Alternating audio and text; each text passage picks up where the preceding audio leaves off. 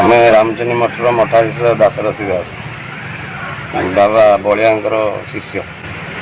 बाबा इच्छा जे वृक्ष लगे देश रक्षा हे तेणु आज गोटे वृक्षरोपण दिवस आज होता बंधु मान सब डकाई भक्त मान समस्ते वृक्ष लगाला ये आम आशा वृक्ष लगे देश रक्षा हे बाबा इच्छा केमी पूर्ण हम मोर दीर्घ दिन सहित बाबा सहित दासरथी बाबा सहित मोर परिचित ये रामचंडी मठार जेकोसी कार्यक्रम है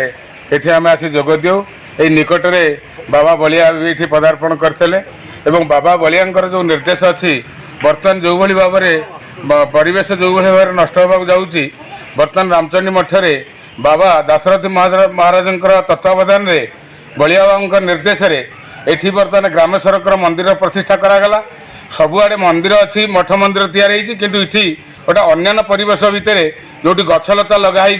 से परिवेश गोटे गराज ग्रामेश्वर मंदिर से हम जोटा कि अन्य गोटे गोटे उदाहरण हो जो परिवेश जो विश्व जो ध्वंस होगा जाऊँगी बर्तमान बाबा बलिया निर्देश एवं दासरथी महाराज समस्त सहयोग आज गोटे जो दिन आम आसी मठे पहुँचिक जो चारा वृक्षरोपण करागला एवं ग्रामेश्वर मंदिर जो प्रतिष्ठा करागला से मंदिर गोटे परिवेश नहीं हम जो गछलतार परिवेश से सृष्टि हम जोटा कि उदाहरण सृष्टि हम पारादीप रे। उमेश दास धर्मरक्षा सेना प्रमुख ओडिशा प्रदेश। आज ये जो रामचंडी मठ अच्छी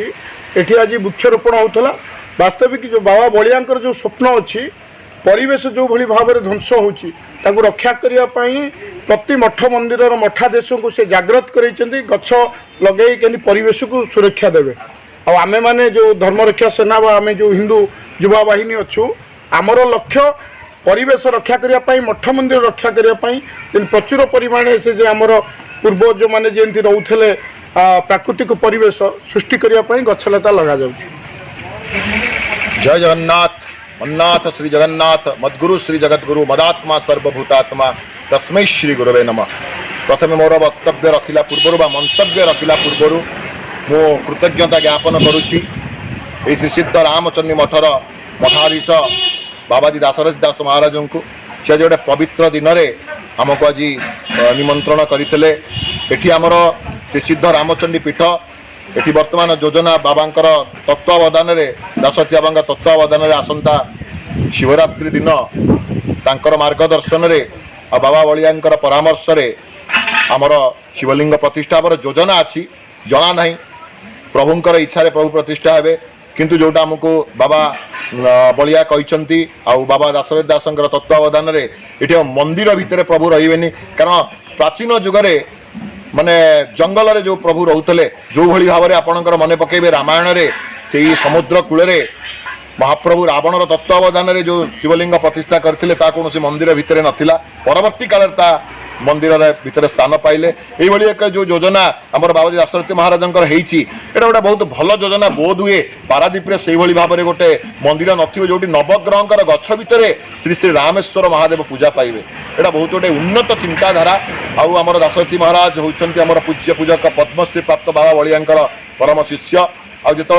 बाबा सहित आम कथा से दासरथी बाबू नहीं बहुत खुशी आर जो योजना अच्छी गोटे जंगल भितर महाप्रभु रे श्री रामेश्वर महादेव रे या निश्चिंत पारादीपवासी गोटे गर्वर विषय रामचंडी नगर विजय चंद्रपुर तारिंगार लोक मान गोटे आनंद उत्सव विषय जंगल भितर महाप्रभु रे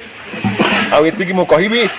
गुरु ब्रह्मा गुरु विष्णु गुरुदेव महेश्वर गुरु साक्षात् परब्रह्म तस्मै श्री गुरवे नमः। मृत्युंजयाय रुद्राय नीलकंठाय संभवे अमृतेशाय सर्वाय महादेवाय ते नमः। ओं नमः शिवाय श्री गुरुभ्यो नमः। हरि ओम स्वस्ति न इंद्र वृद्धस्रवः स्वस्ति न पूषा विश्ववेदः स्वस्ति नन्तार्क्ष्यरिष्टनेमि स्वस्ति न बृहस्पति दातुः। ओं शांति शांति शांति समस्ते शांति रुहंतु समस्ते आनंद रुहंतु समस्ते हस खुशी रुहंतु प्रभु को आम सेमि प्रार्थना करवा ये विश्व में शांति प्रतिष्ठा हो समस्त मुहर आनंद रहू समस्त मुहर हस रो ये कहि आउ थे पुणी धन्यवाद देवी आमर ये श्री सिद्ध रामचंडी मठर मठाधीश परम पूज्य पद्मश्री प्राप्त बाबा बलिया शिष्य दासरथी महाराज को ये उद्यम ये तो नवग्रहंकर जंगल भितर श्री श्री रामेश्वर महादेव स्थान पाइबा जाउछन्ति।